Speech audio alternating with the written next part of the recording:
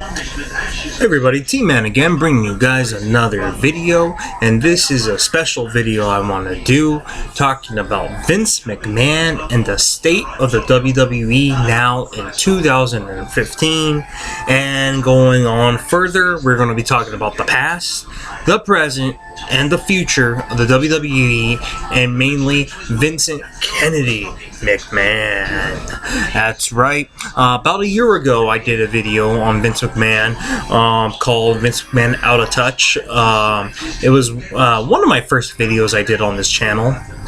And I thought now, a year later, we would really talk about Vince McMahon and the state of WWE today. I think a lot has changed since a year ago, and a lot hasn't changed from a year ago. I wouldn't so much say that Vince McMahon is out of touch now. I mean, he is out of touch, but I think it's further than that. You know, I think he's just... It's a combination of a lot of things. It's a combination of the sport or the entertainment genre of pro wrestling and how much it's changed. And I think it's a lot of little things that just added up over the years to make WWE what it is today. And it's not a good thing. You know, it's funny, like popularity-wise, it seems like WrestleMania. It's the biggest event of the year. And it really truly is, because now they were like in football stadiums. Back in like the Attitude Era, and when wrestling was really good in like the Federation days in like the 80s, early 90s, and the Attitude Era, when arguably wrestling was at its best, they were in arenas. Now wrestling is not so good anymore, but it's in WrestleMania's in its biggest arenas and biggest venues. And I think it's more just like a one time a year where all the diehard wrestling fans from that Attitude Era, from the Federation days, even like 2004, 5, 6, and those type of generations, because wrestling was still kind of good at that time, all come back and watch the big event, because mainly, you know, at WrestleMania you're going to see the legends. You know that WWE is going to bring back the legends, and that's pretty much what WrestleMania is living off of. WrestleMania is living off of the legends, and they build those dream matches. But the rest of the 11 months out of the year, 10 to 11 months out of the year, the product that they're giving us is just not so good. And then you got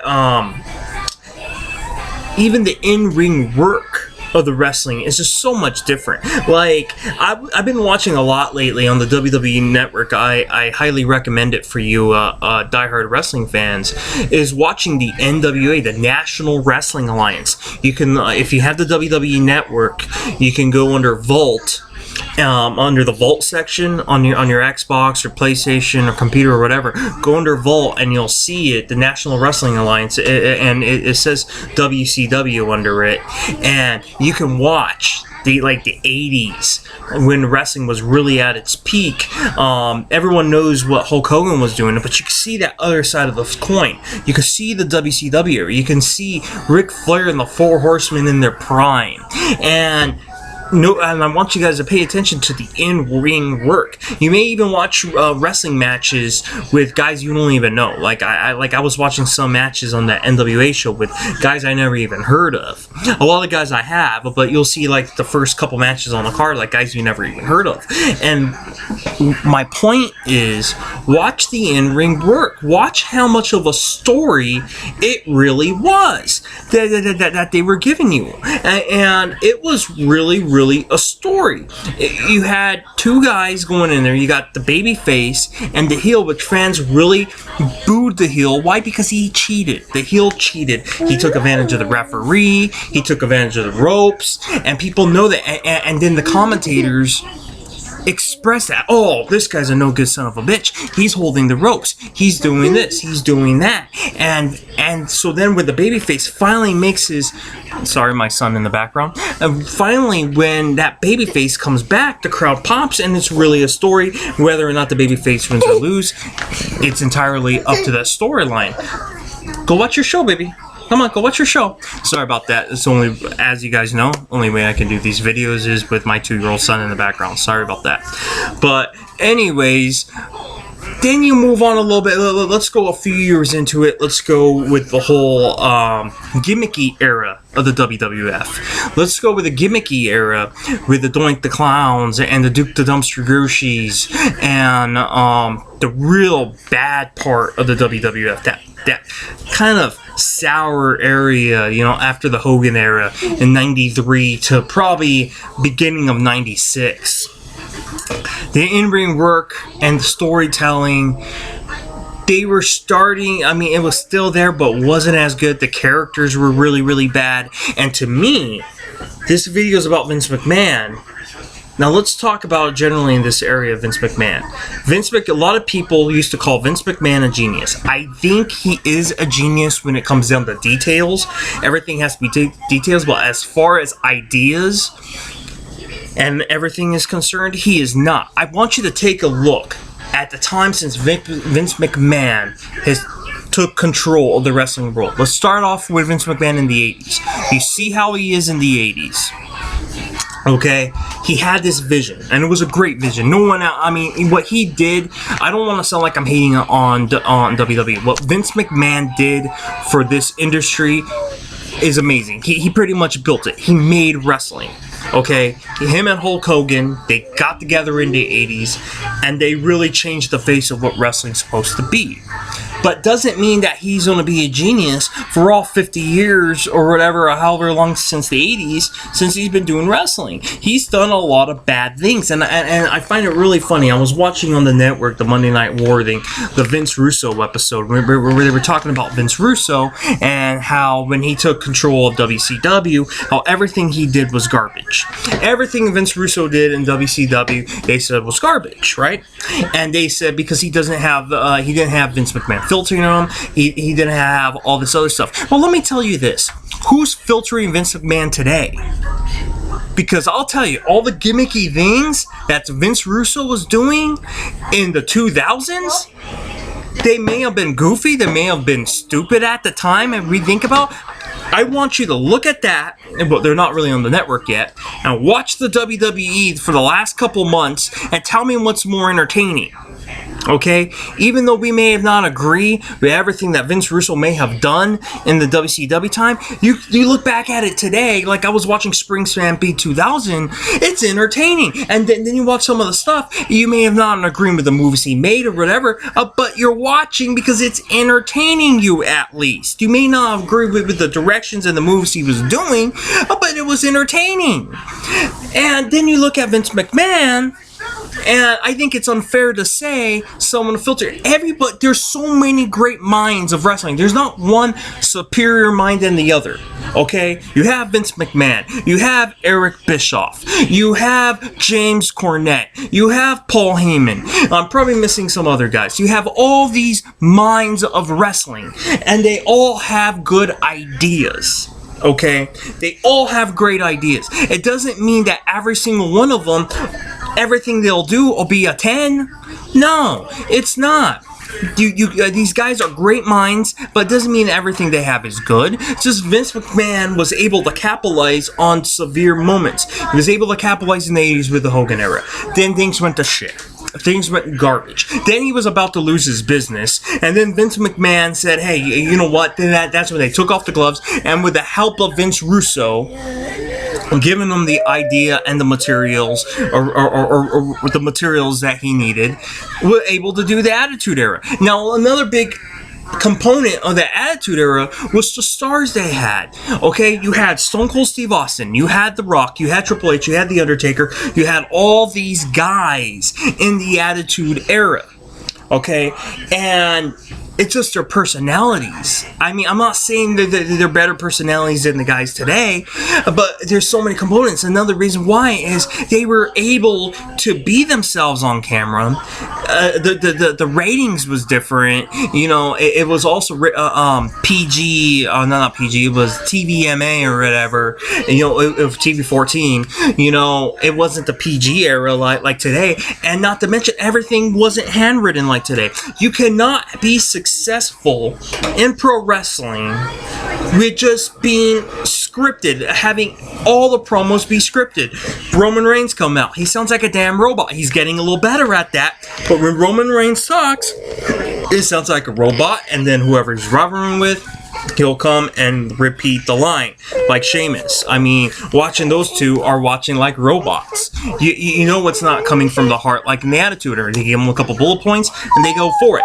I don't want to sound bitter. I know everyone's a booker today. Everyone thinks there's a booker. Everybody knows, they thinks they have the, magic formula. I'm not saying any of those things. All I'm saying is I want to be entertained, okay? And I want it to be natural, okay? Wrestling needs to be improv, okay? Wrestling needs to be improv. Someone says something to you, you need to react naturally. You know your bullet points, you know where you need to be, and that's what wrestling needs to be. What WWE is doing today, it's unwatchable. It's unwatchable. I mean, they may have good rivalries from time to time. The pay-per-views, you know, you may look at the card like this coming Sunday's TLC. It's not too bad of a card or whatever. But on a weekly basis, which is what they're trying to make you watch, is the Raw. It's unwatchable for 3 hours. And it is Vince McMahon's fault, partially. It is his fault. And, I mean, if you look at it, I mean, the biggest mistake he made in the last month, in my opinion, was not turning Roman heel. You're making the same mistakes again. Now, I know everyone, like I just said, everyone thinks they're a booker. I'm just saying, entertain me. Sheamus, I'm sorry, is not that guy. I understand you guys are in a bad place with Seth Rollins getting injured. That was just not planned for, the whole Seth Rollins thing. I understand that. And I understand your options was very, very limited. But you know how stupid that was, putting Sheamus as the champion. It's just, I know he had the money in the bank, and I know for WWE it made sense, but Sheamus is not over. He's never going to be that heel you want him to be, especially when there's other heels that are more over than him. It's just ridiculous. I mean, I think Bray Wyatt would have been a natural fit, but that would have been hard to do because Bray Wyatt was just coming off of that rivalry with Roman Reigns, so it would have been kind of hard to do it again. But seriously, I mean, Vince McMahon is not a genius, and I find it very, very funny how on the network and all these shows saying, oh, well, so-and-so is no Vince McMahon. So Vince McMahon won the war. Vince McMahon is smart. Vince McMahon does have visions, but he is not superior than all those other guys. Yeah, he did win the war, but a lot of it was luck. A lot of it was, I mean, he is good. When he has a good idea, when he listens to people, he's good at details, he knows what he needs to do. He has his vision and he executes it. But a lot of these ideas are bad.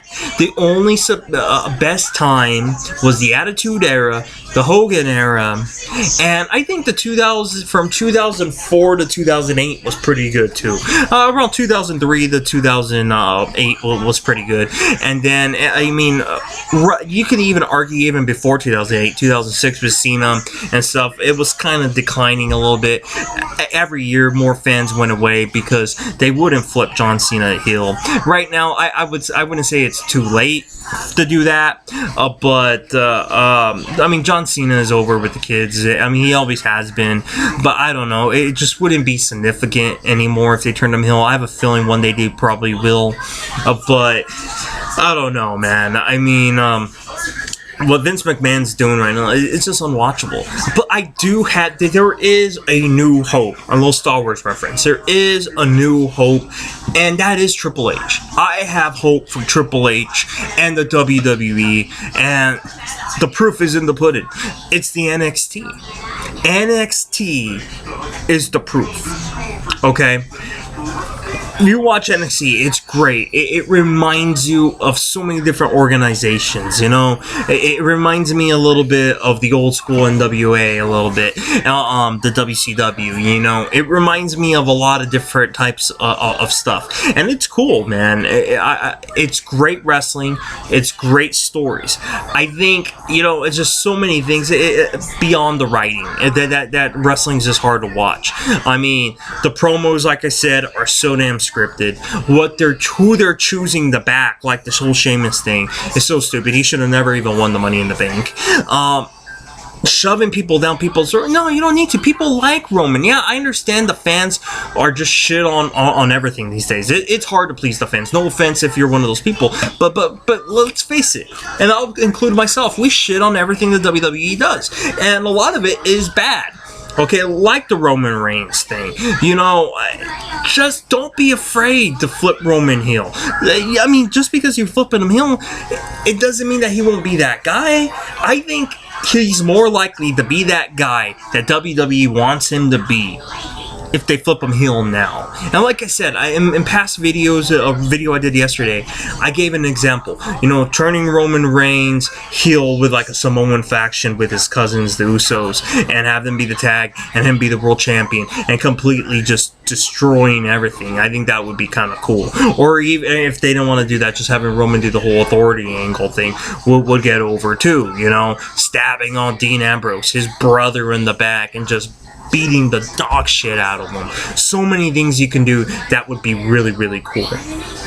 But I mean, they just go with the basic things, you know, and even the in-ring wrestling. Yeah, I mean, these guys are more athletic, but now today it's more just a demolition derby. It's not really a story. I mean, sometimes you'll get that story. I think the women do a good job at telling an in-ring story, but I mean, it's just like a 3-hour infomercial, you know? The announcers just talk about other things that are going on, and I know they need to do their selling points and all that other stuff. The in-ring is just impact moves all the time. It's just big impact moves, a body slam, boom, gets up, reverse, boom, near falls, and it's just like this stunt show other than a professional wrestling story.